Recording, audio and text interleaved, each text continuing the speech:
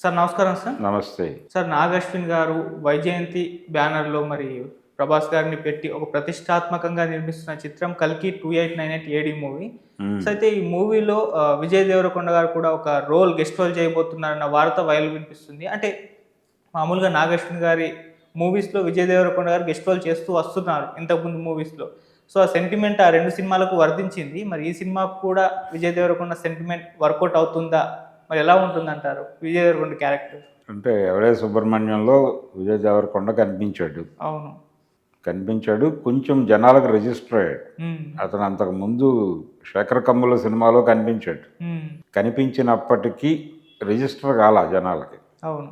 Register అయిన cinema అయితే ఇదే. హ్మ్. 'ఎవడే సుబ్రహ్మణ్యం' సినిమాతో రిజిస్టర్ అయ్యాడు ఆయన. బహుశా నాగశ్విన్‌తో రకరకాల స్నేహం ఉండుండొచ్చు అతనికి. ఆ స్నేహం నుంచి మహానటిలో ఒక కీలక పాత్ర అనే అనాలి. ఎందుకంటే ఆ సినిమాలో హీరోగా ఎస్టాబ్లిష్ అయినటువంటి మమ్ముట్టి కుమారుడు ఉన్నాడు. అవును. జమినీ గణేషన్ క్యారెక్టర్ చేశాడు అతను, దుల్కర్ సల్మాన్. అయితే దుల్కర్ సల్మాన్ క్యారెక్టరు ఒక అప్పర్ లేయర్లో నడుస్తుంది, కానీ లోయర్ లేయర్లో ప్రధానంగా జనాల్ని డ్రైవ్ చేసేటువంటి క్యారెక్టర్లు 2 ఉంటాయి. ఆ రెండిట్లో ఒకటి సమంత చేసింది, రెండోది విజయ్ దేవరకొండ చేశాడు. నిజానికి ఈ ప్రాజెక్ట్లో సమంతను తీసుకునేటప్పుడు తనతో లీడ్ రోల్ చేయిస్తారేమో, మహానటి క్యారెక్టర్ సమంత చేయబోతోందేమో అని అనుకున్నారు అందరూ. కానీ సమంతని ఈ క్యారెక్టర్కి సెకండ్ లేయర్ క్యారెక్టర్గా పెట్టి ప్రైమరీ లేయర్లో కీర్తి సురేష్ని పట్టుకొచ్చి ఆయన జనాల్ని కొంచెం మెస్మరైజ్ చేయగలిగాడు థియేటర్లో. నాగశ్విన్ అది వ్యూహాత్మకంగా చేసినటువంటి యాక్టివిటీ. దానికి సమంత నుంచి, విజయ్ దేవరకొండ నుంచి ఒక అద్భుతమైన సపోర్ట్ దొరికింది. ఆ సినిమా విజయంలో వీళ్ళ పాత్ర తక్కువది కాదు. మహానటి సక్సెస్లో సమంతది కావచ్చు, విజయ్ దేవరకొండది కావచ్చు. కాబట్టి అది సెంటిమెంటల్గా జనరల్గా సినిమాల్లో చాలా అంశాలు ఒక 2 హిట్స్ ఒక కాంబోలో కనుక 2 హిట్లు వస్తే హిట్ పెయిర్ అనేటువంటి పదం పుట్టేస్తుంది అక్కడ. ఇప్పుడు రామారావు గారి పక్కన శ్రీదేవిని వెయ్యాలా వద్దా అని తీవ్రమైన మదనలు చర్చలు జరిగినటువంటి సందర్భంలో సడన్గా వేటగాడు సినిమాలో ఆ పెయిర్ వర్కౌట్ అయింది. హిట్ అవగానే వాళ్ళిద్దరూ హిట్ పెయిర్ అయిపోయారు. ఆయన అప్పటికి 55 ఏళ్ళు దాటిపోయి ఉన్నాడు. అంటే వీళ్ళిద్దరి మధ్య కనీసం 40 ఏళ్ల పైన వయసు తేడా ఉంది. అయినప్పటికీ హిట్ పెయిర్ అన్నారు, వరుసగా సినిమాలు చేశారు వాళ్ళు.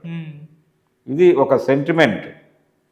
ఈ సెంటిమెంట్ ఆధారంగా నడిచేటువంటి ఇండస్ట్రీ కాబట్టి బహుశా విజయానికి ఉన్నటువంటి అన్ని సెంటిమెంట్లని సినిమాలో వాడే ప్రయత్నం చేస్తారు. పైగా అశ్విని దత్ గారికి ఈ సెంటిమెంట్లు ఎక్కువ. అందుకని ఆయన అంటే రిలీజ్ డేట్ కూడా సెంటిమెంటల్గా ఆయన May 9 ఫిక్స్ చేశాడు. ఏది ఆయన గత పెద్ద హిట్లు, ఆ బ్యానర్లో వచ్చిన 2 పెద్ద హిట్లు అదే డేట్ని రిలీజ్ అయినాయి కాబట్టి అనే ఉద్దేశంతో ఈ May 9 అనేటువంటిది ఒక సెంటిమెంట్. అది రామారావు గారికి కూడా సెంటిమెంటే. ఇవన్నీ ఆలోచించి ఆ డేట్ ఫిక్స్ చేసుకున్నాడు ఆయన. ఫిక్స్ చేసుకోవడం చేత అదే సెంటిమెంట్తో విజయ్ దేవరకొండ ఉన్నాడు కాబట్టి ఆ సినిమాల్లో కూడా అవి సక్సెస్ ఇచ్చినాయి కాబట్టి అదే విజయ్ దేవరకొండని ఇందులో కూడా గెస్ట్గా తీసుకునే అవకాశం ఉండొచ్చు అని మాట్లాడుతున్నారు. కానీ అధికారిక ప్రకటనలు ఏం లేవు. చేస్తున్నాడు, చేశాడు, చెయ్యొచ్చు ఇలాంటి మాటలు మాత్రమే నడుస్తున్నాయి బయట. చేయొచ్చు, చేయటం అతనేం పెద్ద ఇబ్బంది పడేటువంటి మనిషి ఏం కాదు. వాళ్ళిద్దరి మధ్య ఆ స్నేహం, ఆ బాండింగ్ ఉంది కాబట్టి డెఫినెట్గా సినిమాలో కనిపిస్తే ఏదో ఒక ప్రత్యేకమైనటువంటి పాత్రలో కనిపించవచ్చు. కనిపించడం ద్వారా సినిమాకి కొంత హెల్ప్ కూడా అవ్వచ్చు. తన ప్రజెన్స్ నుంచి ఒక స్టైలిష్ యాక్షన్ డ్రామా కూడా ఉండబోతోంది ఆ సినిమాలో. దానికి కొంత విజయ్ దేవరకొండ ఉపయోగపడతాడు కూడా. అలా ఆ కథకి ఎన్హాన్స్ చేసే పద్ధతిలో విజయ్ దేవరకొండ సహకారం తీసుకుంటే తీసుకోవచ్చు. ఇది ఒక కోణం.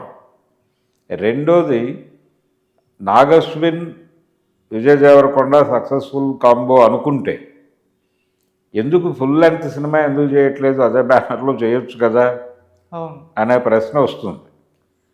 అయితే ఇక్కడ ప్రాబ్లం ఏంటి, ఆయన ఈ సిరీస్ అని చెప్తున్నాడు. కంటిన్యూస్గా కల్కి టైటిల్తో మేము అంటే 10 భాగాలు చేయొచ్చు దాకా మాట్లాడారు. కానీ దీనికి సీక్వెల్ అయితే ఉండబోతోంది అనేది వాస్తవం. సీక్వెల్ వరకు మాత్రమే పరిమితమే మాట్లాడుకుందాం. అవును. ఈయన 10 సినిమాలు ఇదే దీంతో అంటే జేమ్స్ బాండ్ సిరీస్ లాగా, లేకపోతే మరో సిరీస్ లాగా, ఇప్పుడు హాలీవుడ్లో అలాంటి సిరీస్లు అనేకం చూసాం మనం.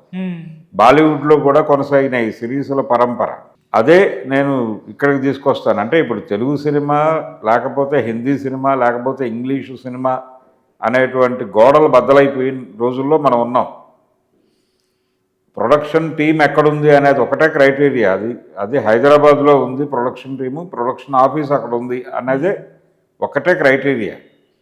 సినిమా అనేది ఏ మార్కెట్ని టార్గెట్ చేస్తుంది అనేది ప్రధానం. కాబట్టి ఇది ప్రపంచ మార్కెట్ని టార్గెట్ చేస్తున్నటువంటి సినిమాగా వాళ్ళు చెప్పుకుంటున్నారు. ఆల్రెడీ ప్రభాస్కి ఆ ఏరియాలో ఓపెనింగ్స్ ఉన్నాయి, విండోస్ ఓపెన్ అయి ఉన్నాయి. కాబట్టి మేము ఆ ఏరియాని టార్గెట్ చేస్తున్నామని చెప్తున్నారు వాళ్ళు. ఆ రేంజ్లో ఉంది సినిమా. అంటే వాళ్ళు రిలీజ్ చేసినటువంటి ప్రస్తుతం ఇప్పటి వరకు వాళ్ళు రిలీజ్ చేసిన గ్లిమ్సెస్ కావచ్చు, రకరకాల పద్ధతుల్లో వాళ్ళు అతని గెటప్ని రివీల్ చేస్తూ పెట్టినటువంటి స్నాప్స్ ఇవన్నీ, వీటి ద్వారా మనకు ఆ విషయం అర్థమవుతుంది. వీళ్ళు కూడా ప్రపంచ మార్కెట్ని ఏం చేయబోతున్నారు అని. ఇందులో భాగంగానే చూస్తే ఒకవేళ దీన్ని సిరీస్గా నడిపితే, సిరీస్లో ఒకే హీరో ఆ క్యారెక్టర్ చేయాలనేది కూడా ఏం లేదు. ఇప్పుడు జేమ్స్ బాండ్గా రకరకాల మంది కనిపించారు. సీన్ కానరీ ఉన్నాడు. సీన్ కానరీ ఒక టైంలో నటించాడు. ఆ తర్వాత మరొక నటుడు వచ్చాడు ఆ ప్లేస్లోకి. కొత్త బాండ్ ఎవరు అనే చర్చ జరిగింది కదా. అది నిరంతరం జరుగుతుంది.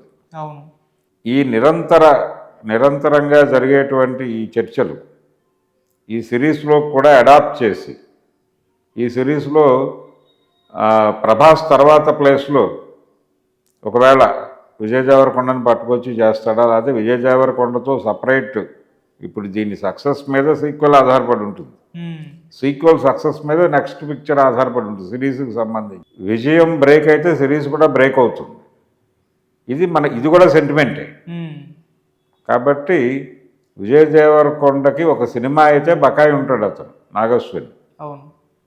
ఆ సినిమా సోలోగా విడిగా ఏదైనా సబ్జెక్ట్తో చేస్తాడా, లేకపోతే ఈ సిరీస్లో భాగంగా చేస్తాడా అనేది చూడాలి. ఆ బాండింగ్ అయితే ఉంది వాళ్ళ మధ్య. ఏం జరుగుతుంది అనేది, అంటే సక్సెస్ ఇచ్చినటువంటి వాళ్ళతో కొనసాగేటువంటి కల్చర్ కూడా ఆయనకు ఉంది. అశ్విని దత్ గారికి వదిలిపెట్టాడు. ఆయనకి సక్సెస్ ఇచ్చినటువంటి రామారావు గారితోనూ కంటిన్యూ అయ్యాడు, ఆయనకి సక్సెస్ ఇచ్చినటువంటి చిరంజీవితోనూ క్యారీ అయ్యాడు, ఆయన నాగార్జునతో క్యారీ అయ్యాడు. ఈ ధోరణి ఉంది ఆయనకి. రామారావు గారు తప్పుకోగానే వెంటనే అక్కినేని నాగేశ్వరరావు గారిని, కృష్ణ గారిని పెట్టి సినిమా తీసాడు గురు శిష్యులని ఆ రోజుల్లో. అంటే ఎవరితో మార్కెట్ని అట్రాక్ట్ చేయొచ్చో వాళ్ళతో ఎటువంటి మొహమాటాలు ఇబ్బందులు లేకుండా క్యారీ అయిపోతాడు ఆయన. ఆ తర్వాత కృష్ణతో అగ్నిపర్వతం లాంటి సక్సెస్ తీశాడు. మార్కెట్ ప్రో చిరంజీవి వెడుతోంది అన్నప్పుడు చిరంజీవి వైపు అడుగులు వేసాడు. చిరంజీవిని అట్రాక్ట్ చేయడానికి, అంటే చిరంజీవితో సినిమా చేయటంగా అనుకోలేదు ఆయన. చిరంజీవి చెప్పుకునే సినిమా మనం చేయాలి అనుకున్నాడు. అనుకుని టైం తీసుకుని జగదేక వీరుడు వరకు గ్యాప్ తీసుకున్నాడు. గ్యాప్ తీసుకుని ఈలోపు నాగార్జునతో ఎక్స్పెరిమెంట్లు చేశాడు. ఇట్లా ఆయన మార్కెట్ మూమెంటు, మార్కెట్ సెంటిమెంటు, వీటన్నిటినీ దృష్టిలో పెట్టుకునే సినిమా డిజైనింగ్ ఉంటుంది అక్కడ వైజయంతి మూవీస్లో. ఇంత వర్కౌట్ చేసినా డిజాస్టర్లు ఉండొచ్చు, శక్తి లాంటిది. అయినప్పటికీ వాళ్ళ శ్రమలో, వాళ్ళ ఆలోచనల్లో అటువంటి పెద్ద మార్పులు ఉండవు.